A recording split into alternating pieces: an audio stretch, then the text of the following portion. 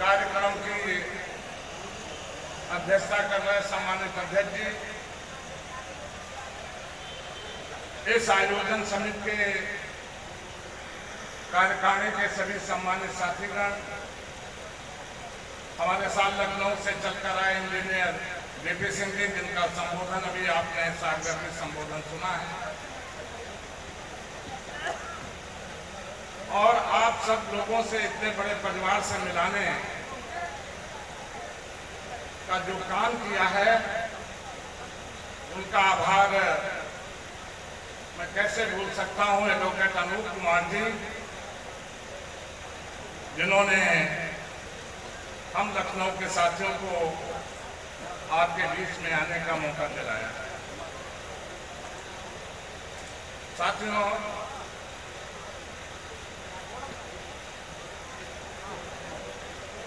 मुख्य अतिथि जो कार्यक्रम का होता है वही मुख्य वक्ता भी होता है, लेकिन जब इस बुद्ध विहार के उद्घाटन के बारे में बातचीत चल रही थी, कार्यक्रम बन रहा था, तो अनूप साहब ने यहाँ के कार्यकारिणी के जिम्मेदार साथियों से कुछ बात कराई। इसके नामकरण के ऊपर कुछ चर्चा हुई, और साथियों, ये जो सारिपुत्र नाम रखा गया है, तो इसके पीछे तथागत भगवान बुद्ध के धम्म में सारिपुत्र का क्या योगदान है, क्या स्थान है।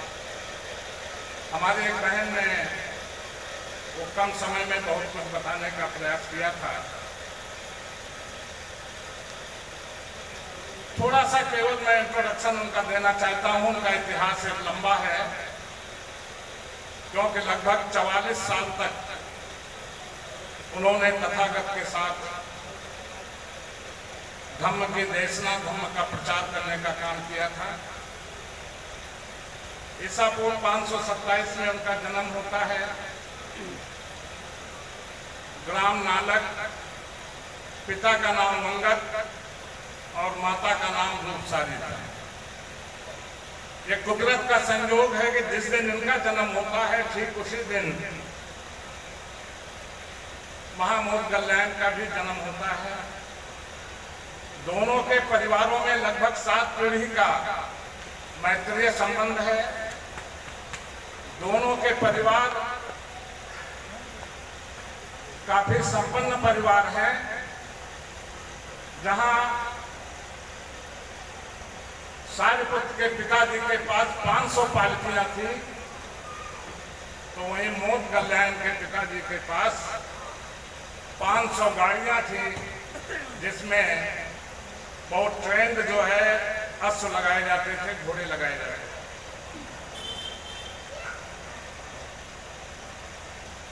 बचपन में एक नाटक देखने लोग गए। उस नाटक में कुछ ऐसा दृश्य था जिससे इनको वैराग्य की धुन सवार हुई। दोनों ने घर छोड़ दिया, और उस समय के एक बड़ा आश्रम था जिसमें लगभग 250 परिव्राजक थे। वो आश्रम था संजय का। उसमें दोनों साथी आते हैं, वहां परिव्राजक हो जाते हैं। लेकिन ये राजगृह में भगवान रुके हुए थे, और उनके पंचवर्गीय भिक्षुओं में एक असुजीत, जब वो भिक्षाटन के लिए जा रहे थे, तो उस समय उनको संजय ने देखा और उनसे जानना चाहा कि इतना तेजस्वी, इतना कीर्तिमान जो ये भिक्षु है, इनके शास्ता कौन है, इनके गुरु कौन है।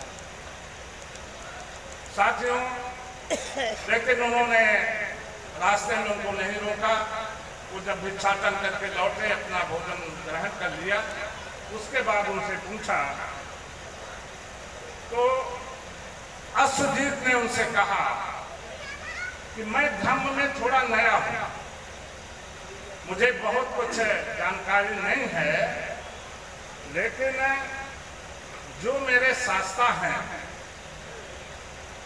उन्होंने जो समय गाथा कही कि ये धम्मा हेतु प्रभा हेतु तेसम तथा गतो आह ते संचरय निरोधी एवं वादी महासमूह।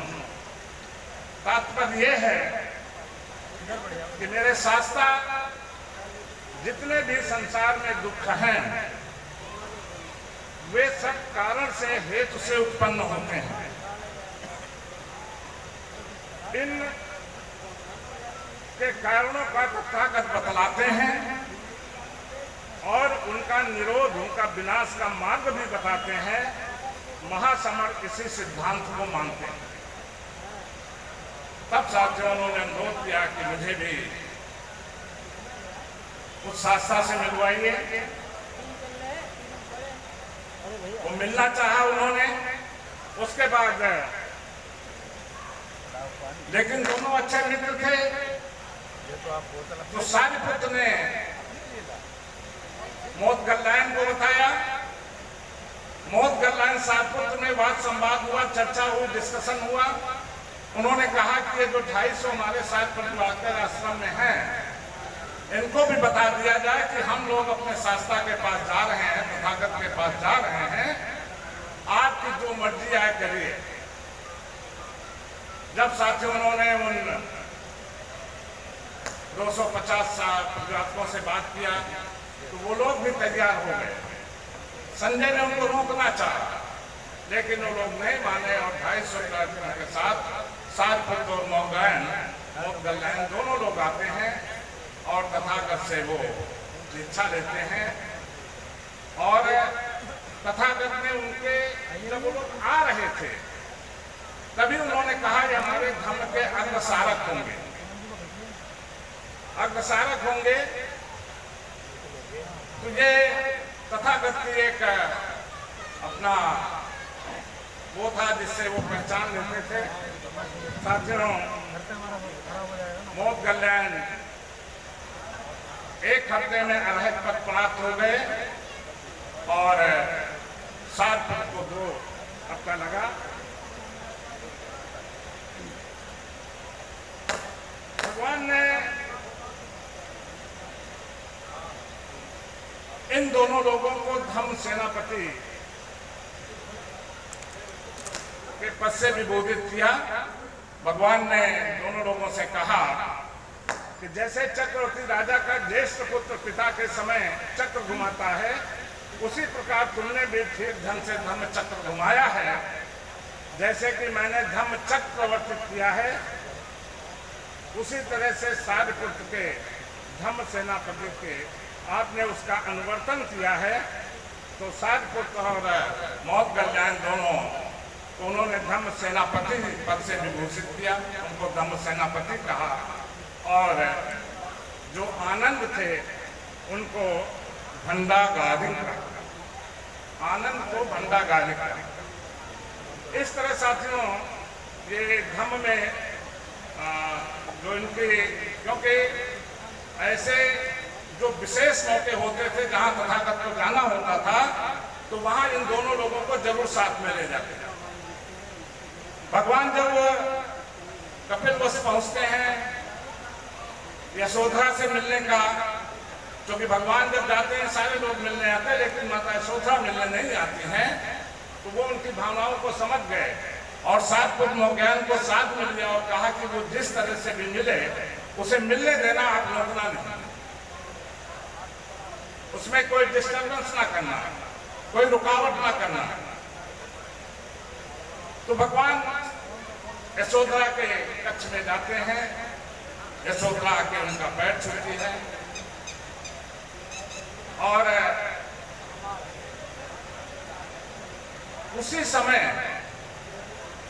वहां के लोगों ने, मतलब उनके घर के लोगों ने, विशेषकर राजा शुद्धोधन ने ये बताया कि जिस दिन से आपने अपना चीवर धारण किया है राजवस्त्रों का परित्याग किया है, उसी दिन से इसने भी उसी तरह से सारे जो राजवस्त्र थे उनका त्याग किया है। उसी तरह से ये रहती है, उसी मतलब एक भिखुरी के रूप में रहती है।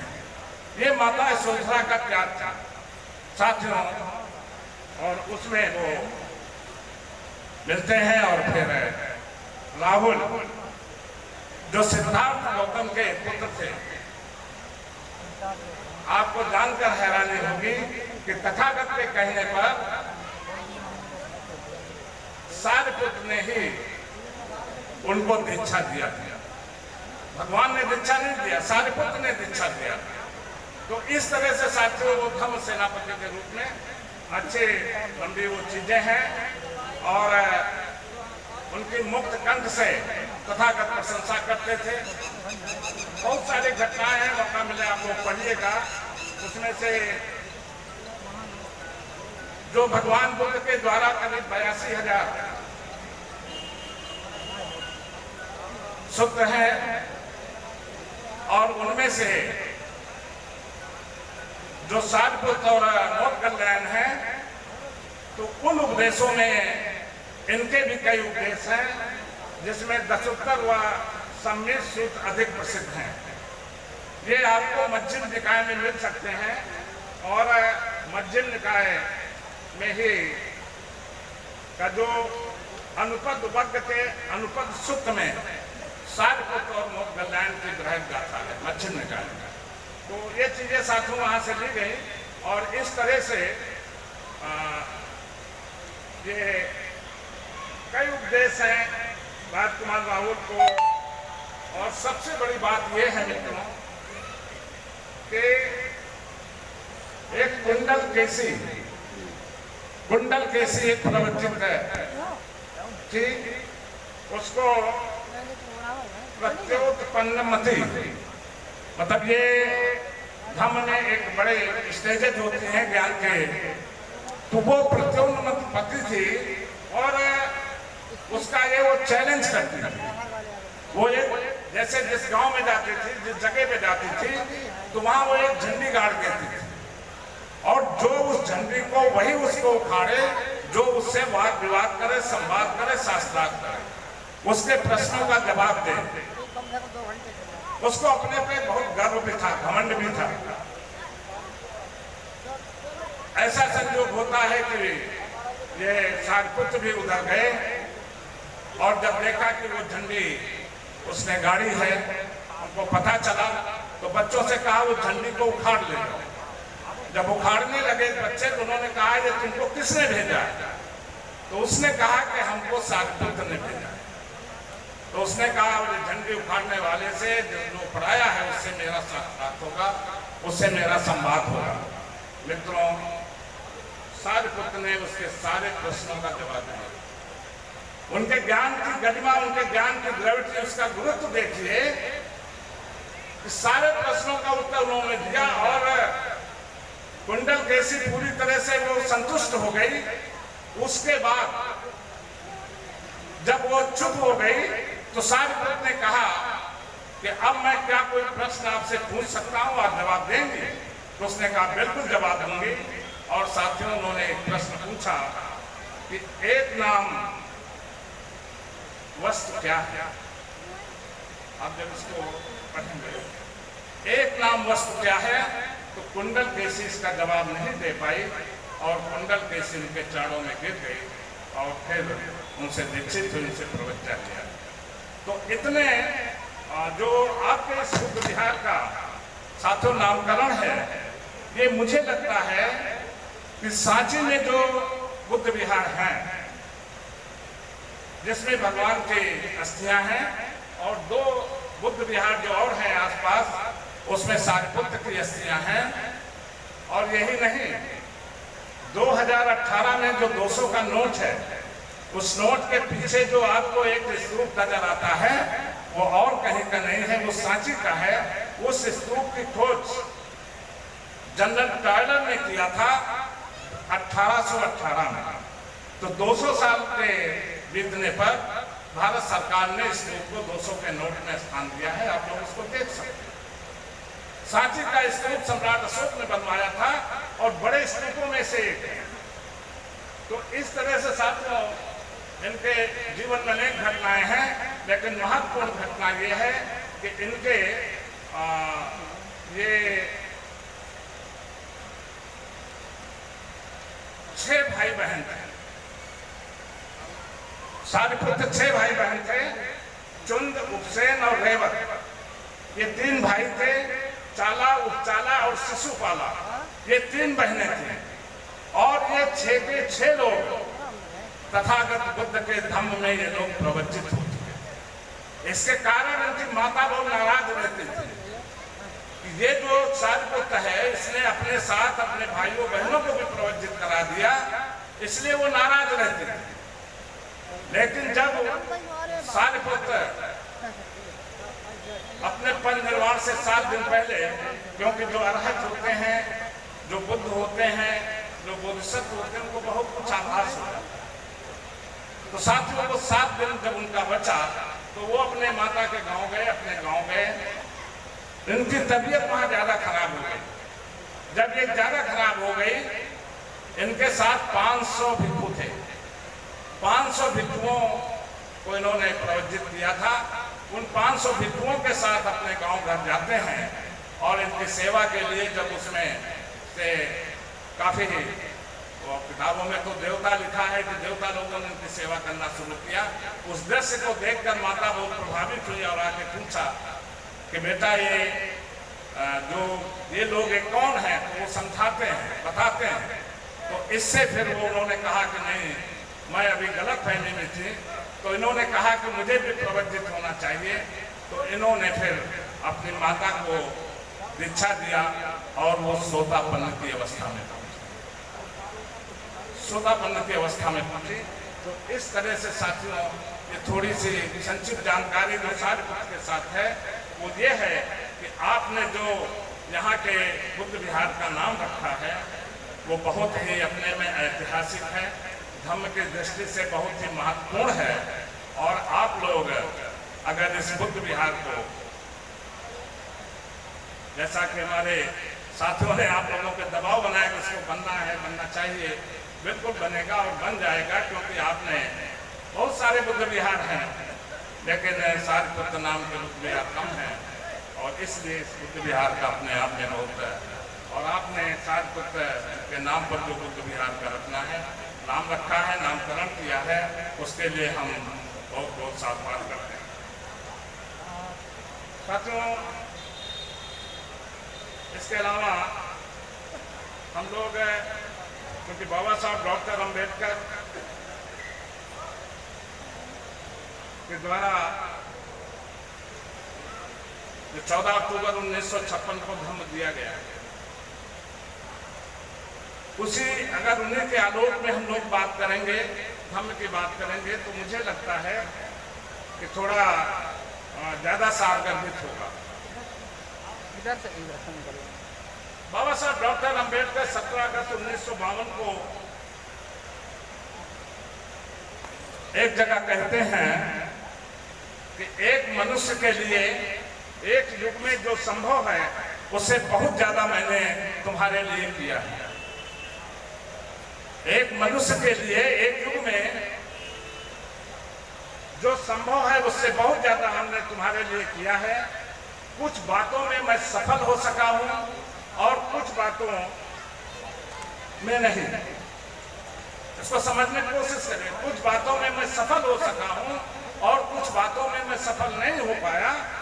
अब केवल मेरा जय जयकार करने से कुछ नहीं होगा। जो बात मेरी दृष्टि में ज्यादा महत्वपूर्ण है उसे पूरा करने के लिए अपने जान की बाजी लगा। यहाँ सभी बुद्धिजीवी साथी बैठे हैं। बाबा साहब अम्बेडकर ने अपने को महापुरुष नहीं कहा, उन्होंने कहा एक मनुष्य के लिए। दूसरी चीज कहते हैं कि जो मैं कर सका, जो संभव था, उससे कहीं ज्यादा करके दिया है और कुछ बातों में मैं सफल हो पाया, कुछ में नहीं हो पाया। अब यहाँ पर हम बुद्धिजीवी साथियों से निवेदन करना चाहेंगे कि डॉक्टर बाबा साहब अम्बेडकर के जीवन संघर्ष के उनके साहित्य को पढ़िए, कहाँ वो सफल हो पाए, कहाँ नहीं सफल हो पाए। फिर कहते मेरा जय जयकार ना करिए, मेरे जो काम बच गए हैं उनको पूरा करने के लिए जान की बातें लगा। मित्रों, ये उम्मीद बाबा साहब अम्बेडकर ने समाज से किया, हमसे आपसे किया है। अब हम लोग कुछ बातें तो बोलते हैं कि भाई बाबा साहब का जो कारवां था उसे पीछे न जाने देना, जहां है वहीं छोड़ देना। ये बात भी सही है, बाबा साहब ने कहा है, बहुत सारी बातें बाबा साहब ने कही। लेकिन साथियों, डॉक्टर बाबा साहब अम्बेडकर ने जो संपूर्ण वाङ्मय खंड 16 है उसमें समस्याओं के समाधान के विषय में कहा। आज समाज में बहुत सारी समस्याएं हैं, उन समस्याओं के समाधान के लिए कहा है, बताया है, और उसमें एक चैप्टर लिखते हैं कि अगर हमारे समाज के लोगों को, उनके आने वाली पीढ़ियों को इस देश में सम्मान से अगर जीना है तो मैं उनके लिए 2 चीजें देकर जा रहा हूं। मैंने 2 चीजें दिया है, एक हमने भारत का संविधान दिया है और दूसरा हमने भगवान बुद्ध का धम्म दिया। साथियों, भारत के संविधान में हजारों साल से वंचित, शोषित, पीड़ित, उत्पीड़ित, गुलाम लोगों को बाबा साहब अम्बेडकर ने हमें मानवीय अधिकार दिया। जो भी अधिकार हमें 5000 साल से नहीं मिले, वो सारे अधिकार बाबा साहब अम्बेडकर ने दिए। हमें सत्ता में जाने के लिए, हमें संपत्ति रखने के लिए, हमें शिक्षा में, मान सम्मान के लिए, शोषण मुक्त समाज बनाने के लिए सारे अधिकार दिए। अगर बाबा साहब डॉक्टर अम्बेडकर ने संविधान से ही सारी चीजों का, हमारी समस्याओं का समाधान हो जाता, और होना भी चाहिए क्योंकि कानूनी राइट है, संवैधानिक अधिकार है, तो फिर बाबा साहब अम्बेडकर ने हमें धम्म क्यों दिया? ये विचारणीय प्रश्न है कि बाबा साहब डॉक्टर अम्बेडकर अगर संविधान से सारी समस्याएं हल हो जाती है हमारे समाज की, तो हमें धम्म क्यों दिया? इसलिए साथियों, बाबा साहब का जो वो कोटेशन मैंने पहले बोला, तो उसको ध्यान में रखने की जरूरत है।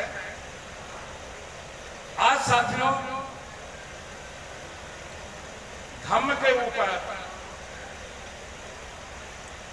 और संविधान के ऊपर दोनों पर अटैक है। सवाल ये है कि अटैक कौन कर रहा है? हमारे संविधान को खत्म करने की, बदलने की वकालत कौन कर रहा है? हमारे धर्म के ऊपर अटैक कौन कर रहा है? हमें तो बताया जाता है कि हमारा दुश्मन मुसलमान है, लेकिन साथियों आपको सोच विचार करना है।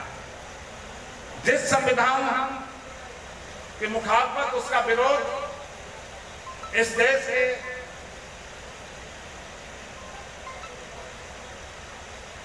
मुसलमान नहीं करते, इस देश के सिख नहीं करते, ईसाई नहीं करते, और जो धर्म के मानने वाले लोग हैं वो नहीं करते, बैकवर्ड नहीं करता, शेड्यूल कास्ट नहीं करता, शेड्यूल ट्राइब नहीं करता, तो भारत के संविधान का विरोध कौन करता?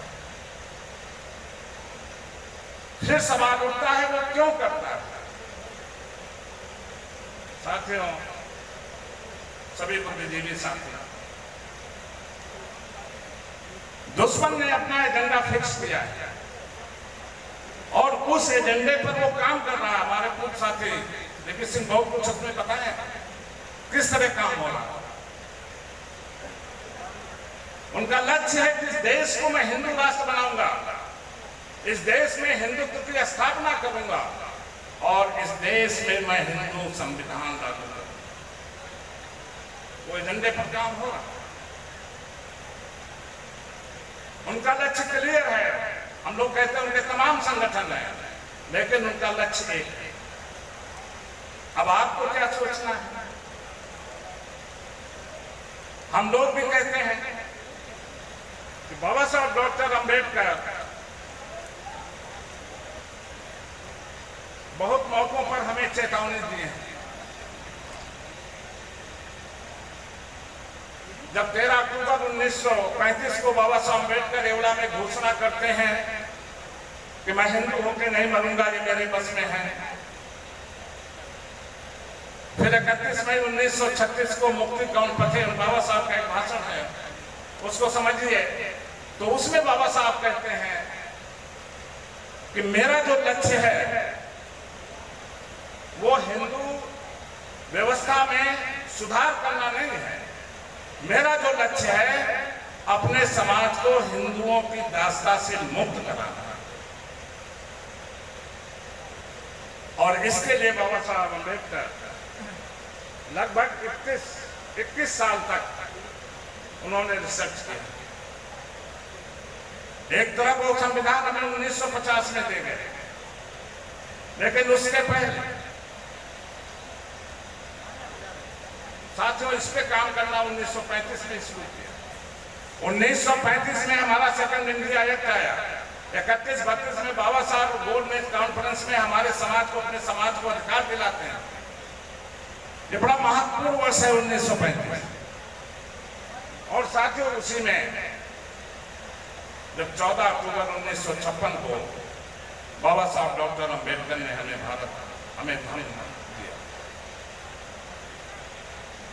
धम्म दिया बाबा साहब डॉक्टर अंबेडकर ने। और साथियों धम्म देने से पहले बाबा साहब डॉक्टर अंबेडकर ने दीक्षा विधि पाली भाषा में लिखा, मराठी में लिखा, पाली भाषा की डिक्शनरी लिखा, एसेंस ऑफ बुद्धिज्म जो पिन नरसू की किताब थी उसका सेकंड एडिशन छापा। और साथियों 1951 में बुद्धा धम्मा लिखा, उसके प्रीफेस अपने जीवन की अंतिम लाइन में दोबारा सुधार करके उसको रख दिया। और 1956 को फिर धम्म दिया। यानी वो सारे टूल्स हमको दे के गए, धम्म के दिया। और फिर कहा, बाबा साहब का भाषण पढ़िए नागपुर का, उन्होंने कहा कि मैं हजारों साल की गुलामी से मुक्त हूं। भारत के संविधान में बाबा साहब अंबेडकर ने हमें जो वोट का अधिकार दिया उसकी ग्रेविटी को समझिए। 1 मैन इक्वल टू 1 वोट, एक आदमी को 1 वोट की कीमत है। 1 मैन 1 वोट 1 वैल्यू। तो इस हिसाब से 1 वोट 1 वैल्यू तो हो गया, लेकिन क्या 1 मैन 1 वैल्यू इस देश में हुआ? एक आदमी की कीमत एक आदमी के बराबर इस देश में हुई? आज भी आपको मोच रखने पर आपके बच्चे को, आपके नौजवान साथी की हत्या हो गई। हिंद कुमार गुजराल अगर मटके से पानी पीता है तो उसकी हत्या हो गई। तमाम घटनाएं आप आए दिन पढ़ते हैं। तो ये कैसे संभव होगा कि 1 मैन इक्वल टू 1 मैन हो जाए, एक आदमी की कीमत एक आदमी के बराबर हो जाए? तो हम लोग नारा देते हैं कि बुद्ध धम्म की क्या पहचान, मानो मानो एक साथ। इसलिए बाबा साहब अम्बेडकर ने 14 अक्टूबर 1956 को हमें धम्म दिया। अगर इस देश में मानवता कायम करनी है, इस देश में समता, करुणा, ममता, मैत्री, भ्रातृत्व के भाव पर इस देश की समाज रचना करना है, तो उसका रास्ता बुद्ध धम्म से ही गुजरता है, कोई दूसरा रास्ता। हम इमारत बनाना चाहते हैं। बहुत साहब ने नहीं लिखा कि political power is the master की, वो मास्टर की है,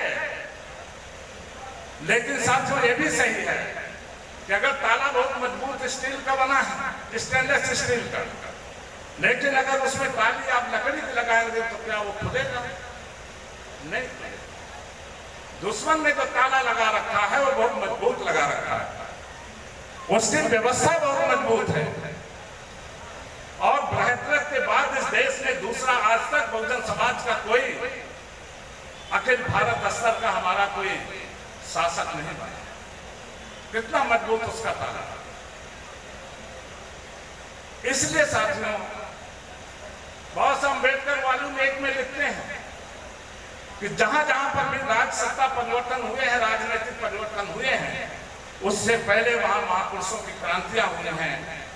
अगर इंग्लैंड में, लंदन में ईसा मसीह की क्रांति हुई, अरब में हजरत मोहम्मद पैगंबर साहब की क्रांति हुई, भारत में भगवान बुद्ध की क्रांति हुई और उसके बाद राज सत्ता मौर्य वंश का शासन था।